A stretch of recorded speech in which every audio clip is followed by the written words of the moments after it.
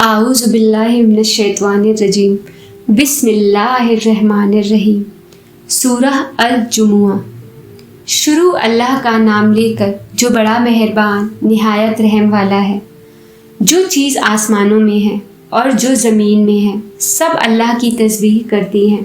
جو بادشاہ حقیقی ہے، پاک ہے، زبردست ہے، حکمت والا ہے، وہی تو ہے جس نے ان پڑھوں میں انہی میں سے ایک پیغمبر بھیجے جو ان کے سامنے اس کی آیتیں پڑھتے اور ان کو پاک کرتے اور انہیں کتاب و حکمت کی تعلیم دیتے ہیں۔ اور اس سے پہلے تو یہ لوگ کھلی گمراہی میں تھے اور ان میں سے اور لوگوں کی طرف بھی ان کو بھیجا ہے جو ابھی ان مسلمانوں سے نہیں ملے، اور وہ غالب ہے، حکمت والا ہے۔ یہ اللہ کا فضل ہے، جسے چاہتا ہے عطا فرماتا ہے، اور اللہ بڑے فضل کا مالک ہے۔ جن لوگوں کو تورات کا حامل بنایا گیا پھر انہوں نے اس کے حامل ہونے کا حق ادا نہ کیا، ان کی مثال گدھے کی سی ہے جس پر بڑی بڑی کتابیں لدی ہوں۔ جو لوگ اللہ کی آیتوں کی تکذیب کرتے ہیں ان کی مثال بری ہے، اور اللہ ظالم لوگوں کو ہدایت نہیں دیتا۔ کہہ دو کہ اے یہود، اگر تم کو یہ دعویٰ ہو کہ تم ہی اللہ کے دوست ہو اور دوسرے لوگ نہیں، تو اگر تم سچے ہو تو ذرا موت کی آرزو تو کرو۔ اور یہ لوگ ان اعمال کے سبب جو یہ کر چکے ہیں ہرگز اس کی آرزو نہیں کریں گے، اور اللہ ظالموں سے خوب واقف ہے۔ کہہ دو کہ موت جس سے تم بھاگتے ہو وہ تو تمہارے سامنے آ کر رہے گی، پھر تم پوشیدہ اور ظاہر کے جاننے والے مالک کی طرف لوٹائے جاؤ گے، پھر جو کچھ تم کرتے رہے ہو وہ سب تمہیں بتائے گا۔ مومنو، جب جمعے کے دن نماز کے لیے اذان دی جائے تو اللہ کے ذکر کی طرف لپکو اور خرید و فروخت ترک کر دو، اگر سمجھو تو یہ تمہارے حق میں بہتر ہے۔ پھر جب نماز ہو چکے تو زمین میں پھیل جاؤ اور اللہ کا فضل تلاش کرو، اور اللہ کو بہت بہت یاد کرتے رہو تاکہ کامیاب ہو جاؤ۔ اور جب ان لوگوں نے سودا بکتا اور تماشا ہوتا دیکھا تو ادھر بھاگ لیے، اور اے نبی صلی اللہ علیہ وآلہ وسلم تمہیں خطبے میں کھڑا چھوڑ گئے۔ کہہ دو کہ جو چیز اللہ کے یہاں ہے وہ تماشے اور سودے سے کہیں بہتر ہے، اور اللہ سب سے بہتر رزق دینے والا ہے۔ سورہ المنافقون۔ شروع اللہ کا نام لے کر جو بڑا مہربان نہایت رحم والا ہے۔ اے پیغمبر صلی اللہ علیہ وآلہ وسلم، جب منافق لوگ تمہارے پاس آتے ہیں تو ازراہ نفاق کہتے ہیں کہ ہم اقرار کرتے ہیں کہ آپ بے شک اللہ کے پیغمبر ہیں، اور اللہ جانتا ہے کہ در حقیقت تم اس کے پیغمبر ہو، اور اللہ ظاہر کیے دیتا ہے کہ منافق یقیناً جھوٹے ہیں۔ انہوں نے اپنی قسموں کو ڈھال بنا رکھا ہے اور ان کے ذریعے سے لوگوں کو اللہ کی راہ سے روک رہے ہیں۔ کچھ شک نہیں کہ جو کام یہ کرتے ہیں برے ہیں، یہ اس لیے کہ یہ پہلے تو ایمان لائے پھر کافر ہو گئے، تو ان کے دلوں پر مہر لگا دی گئی، سو اب یہ سمجھتے ہی نہیں۔ اور جب تم ان کے تناسب اعضاء کو دیکھتے ہو تو ان کے جسم تمہیں کیا ہی اچھے معلوم ہوتے ہیں، اور جب یہ گفتگو کرتے ہیں تو تم ان کی تقریر کو توجہ سے سنتے ہو، گویا لکڑیاں ہیں جو دیواروں سے لگائی گئی ہیں، بزدل ایسے کہ ہر زور کی آواز کو سمجھیں کہ ان پر بلا آئی۔ یہ تمہارے دشمن ہی ہیں، تو ان سے محتاط رہنا، اللہ ان کو ہلاک کرے، یہ کہاں بہکے پھرتے ہیں۔ اور جب ان سے کہا جائے کہ آؤ رسول اللہ صلی اللہ علیہ وآلہ وسلم تمہارے لیے مغفرت مانگے تو سر ہلا دیتے ہیں، اور تم ان کو دیکھو کہ تکبر کرتے ہوئے رکے ہی رہتے ہیں۔ تم ان کے لیے مغفرت مانگو یا نہ مانگو، ان کے لیے برابر ہے، اللہ ان کو ہرگز نہ بخشے گا۔ بے شک اللہ نافرمان لوگوں کو ہدایت نہیں دیا کرتا۔ یہی ہیں جو کہتے ہیں کہ جو لوگ رسول اللہ صلی اللہ علیہ وآلہ وسلم کے پاس ہیں ان پر خرچ نہ کرو، یہاں تک کہ وہ خود بخود بھاگ جائیں، حالانکہ آسمانوں اور زمین کے خزانے اللہ ہی کے ہیں۔ لیکن منافق نہیں سمجھتے، کہتے ہیں کہ اگر ہم لوٹ کر مدینے پہنچیں تو عزت والے ذلیل لوگوں کو وہاں سے نکال باہر کریں گے، حالانکہ عزت اللہ کی ہے اور اس کے رسول صلی اللہ علیہ وآلہ وسلم کی اور مومنوں کی، لیکن منافق نہیں جانتے۔ مومنوں، تمہارا مال اور اولاد تم کو اللہ کی یاد سے غافل نہ کر دے۔ جو ایسا کرے گا تو وہ لوگ خسارہ پانے والے ہیں۔ اور جو مال ہم نے تم کو دیا ہے اس میں سے اس وقت سے پیشتر خرچ کر لو کہ تم میں سے کسی کی موت آ جائے، تو اس وقت کہنے لگے کہ اے میرے پروردگار، تو نے مجھے تھوڑی سی اور مہلت کیوں نہ دی تاکہ میں خیرات کر لیتا اور نیک لوگوں میں داخل ہو جاتا۔ اور جب کسی کی موت آ جاتی ہے تو اللہ اس کو ہرگز مہلت نہیں دیتا، اور جو کچھ تم کرتے ہو اللہ اس سے خبردار ہے۔ سورہ التغابن۔ شروع اللہ کا نام لے کر جو بڑا مہربان نہایت رحم والا ہے۔ جو چیز آسمانوں میں ہے اور جو چیز زمین میں ہے سب اللہ کی تسبیح کرتی ہیں۔ اسی کی سچی بادشاہی ہے اور اسی کی تعریف ہے، اور وہ ہر چیز پر قادر ہے۔ وہی تو ہے جس نے تم کو پیدا کیا، پھر کوئی تم میں کافر ہے اور کوئی مومن، اور جو کچھ تم کرتے ہو اللہ اس کو دیکھتا ہے۔ اسی نے آسمانوں اور زمین کو حکمت سے پیدا کیا، اور اسی نے تمہاری صورتیں بنائیں اور صورتیں بھی اچھی بنائیں، اور اسی کی طرف تمہیں لوٹ کر جانا ہے۔ جو کچھ آسمانوں اور زمین میں ہے وہ سب جانتا ہے، اور جو کچھ تم چھپا کر رکھتے ہو اور جو کھلم کھلا کرتے ہو اس سے بھی آگاہ ہے، اور اللہ دلوں کے بھیدوں تک سے واقف ہے۔ کیا تم کو ان لوگوں کے حال کی خبر نہیں پہنچی جو پہلے کافر ہوئے تھے؟ تو انہوں نے اپنی کرتوت کی سزا کا مزہ چکھ لیا، اور ابھی دکھ دینے والا عذاب اور ہونا ہے۔ یہ اس لیے کہ ان کے پاس پیغمبر کھلی نشانیاں لے کر آتے تو وہ کہتے کہ کیا ایک آدمی ہمیں ہدایت کرے گا؟ تو انہوں نے ان کو نہ مانا اور منہ پھیر لیا، اور اللہ بھی بے نیاز ہو گیا، اور اللہ بے نیاز ہے، لائق حمد و ثنا ہے۔ جو لوگ کافر ہیں ان کا اعتقاد ہے کہ وہ دوبارہ ہرگز نہیں اٹھائے جائیں گے۔ کہہ دو کیوں نہیں، میرے پروردگار کی قسم تم ضرور اٹھائے جاؤ گے، پھر جو کام تم کرتے رہے ہو وہ تمہیں بتائے جائیں گے، اور یہ بات اللہ کو آسان ہے۔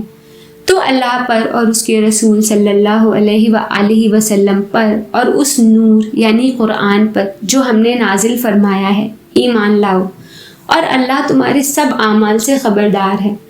جس دن وہ تم کو اکٹھا کرے گا یعنی حشر کے دن، وہ نقصان اٹھانے کا دن ہے، اور جو شخص اللہ پر ایمان لائے اور نیک عمل کرے وہ اس سے اس کی برائیاں دور کرے گا، اور جنت کے باغوں میں جس کے نیچے نہریں بہ رہی ہیں داخل کرے گا۔ وہ ہمیشہ ہمیشہ ان میں رہیں گے، یہی بڑی کامیابی ہے۔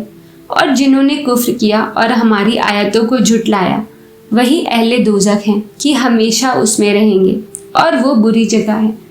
کوئی مصیبت نازل نہیں ہوتی مگر اللہ کے حکم سے، اور جو شخص اللہ پر ایمان لاتا ہے وہ اس کے دل کو ہدایت دیتا ہے، اور اللہ ہر چیز سے باخبر ہے۔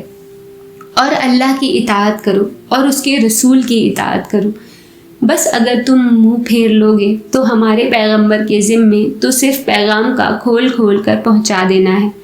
اللہ جو معبود برحق ہے اس کے سوا کوئی عبادت کے لائق نہیں، تو مومنوں کو چاہیے کہ اللہ ہی پر بھروسہ رکھیں۔ مومنوں، تمہاری بیویوں اور تمہاری اولاد میں سے بعض تمہارے دشمن بھی ہیں، سو ان سے بچتے رہو، اور اگر معاف کر دو اور درگزر کرو اور بخش دو تو اللہ بھی بخشنے والا ہے، مہربان ہے۔ تمہارا مال اور تمہاری اولاد تو آزمائش ہیں، اور اللہ کے یہاں بڑا اجر ہے، سو جہاں تک ہو سکے اللہ سے ڈرو اور اس کے احکام کو سنو اور اس کے فرما بردار رہو اور اس کی راہ میں خرچ کرو، یہ تمہارے حق میں بہتر ہے۔ اور جو شخص طبیعت کے بخل سے بچایا گیا تو ایسے ہی لوگ راہ پانے والے ہیں۔ اگر تم اللہ کو نیک نیتی سے قرض دو گے تو وہ تم کو اس کا کئی گنا دے گا اور تمہارے گناہ بھی معاف کر دے گا، اور اللہ قدر شناس ہے، بردبار ہے، پوشیدہ اور ظاہر کا جاننے والا ہے، غالب ہے، حکمت والا ہے۔ سورہ الطلاق۔ شروع اللہ کا نام لے کر جو بڑا مہربان نہایت رحم والا ہے۔ اے پیغمبر صلی اللہ علیہ وآلہ وسلم، مسلمانوں سے کہہ دو کہ جب اپنی بیویوں کو طلاق دینے لگو تو ان کی عدت کو پیش نظر رکھ کر طلاق دو، اور عدت کا شمار رکھو، اور اللہ سے جو تمہارا پروردگار ہے ڈرو۔ نہ تم ہی ان کو ایام عدت ان کے گھروں سے نکالو اور نہ وہ خود ہی نکلیں۔ ہاں اگر وہ کھلی بے حیائی کریں تو اور بات ہے، اور یہ اللہ کی حدیں ہیں، اور جو اللہ کی حدوں سے تجاوز کرے گا وہ اپنے آپ پر ظلم کرے گا۔ اے طلاق دینے والے، تجھے کیا معلوم، شاید اللہ اس کے بعد رجعت کی کوئی سبیل پیدا کر دے۔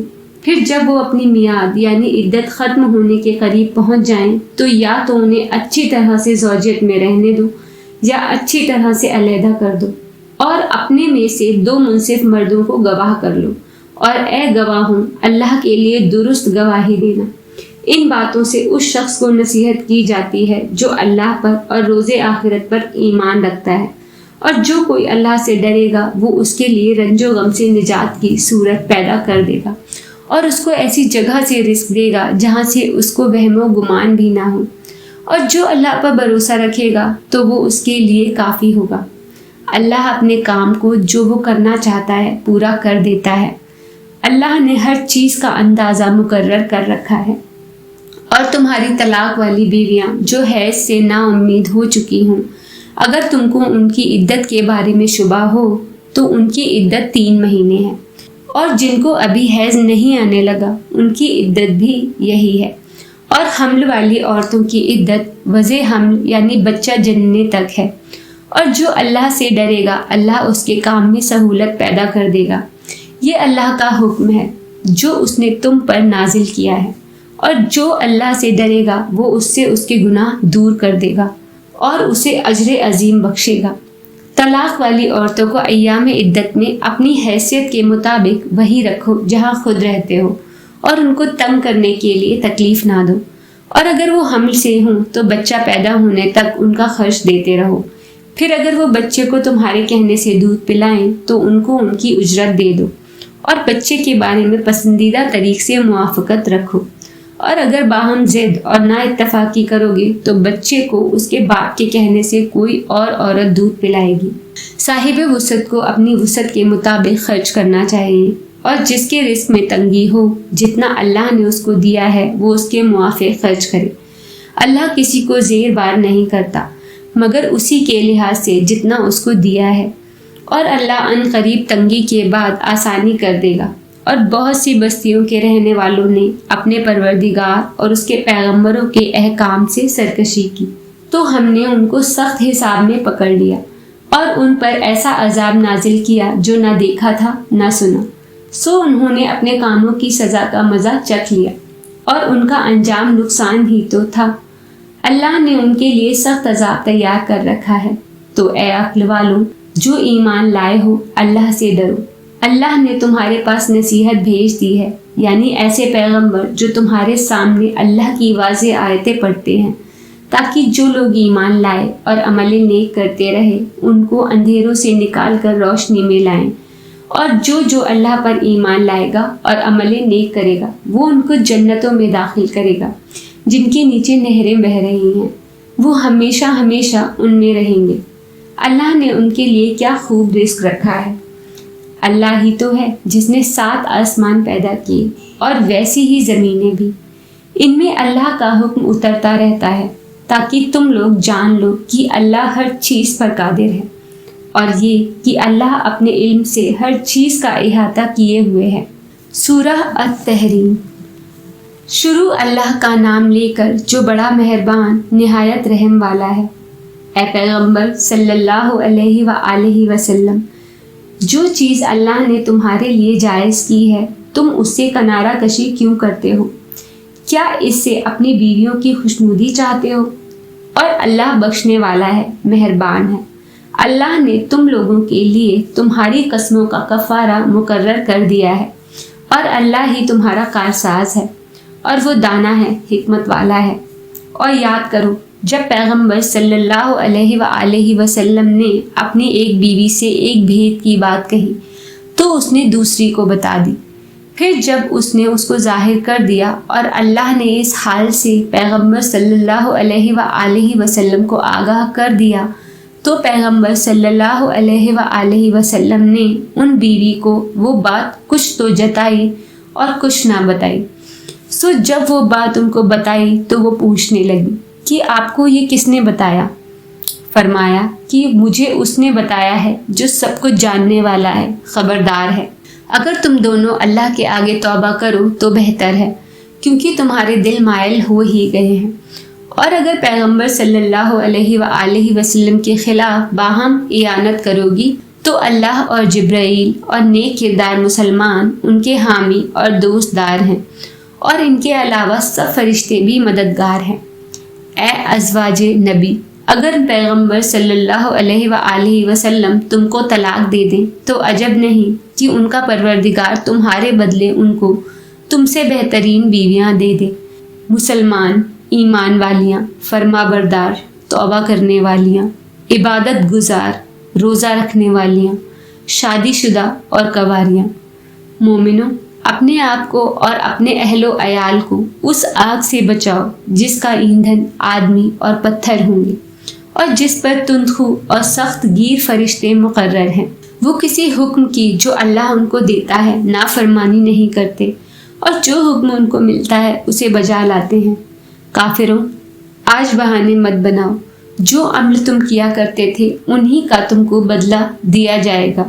مومنوں، اللہ کے آگے صاف دل سے توبہ کرو، امید ہے کہ وہ تمہارے گناہ تم سے دور کر دے گا اور تم کو جنتوں میں جن کے نیچے نہریں بہہ رہی ہیں داخل کرے گا۔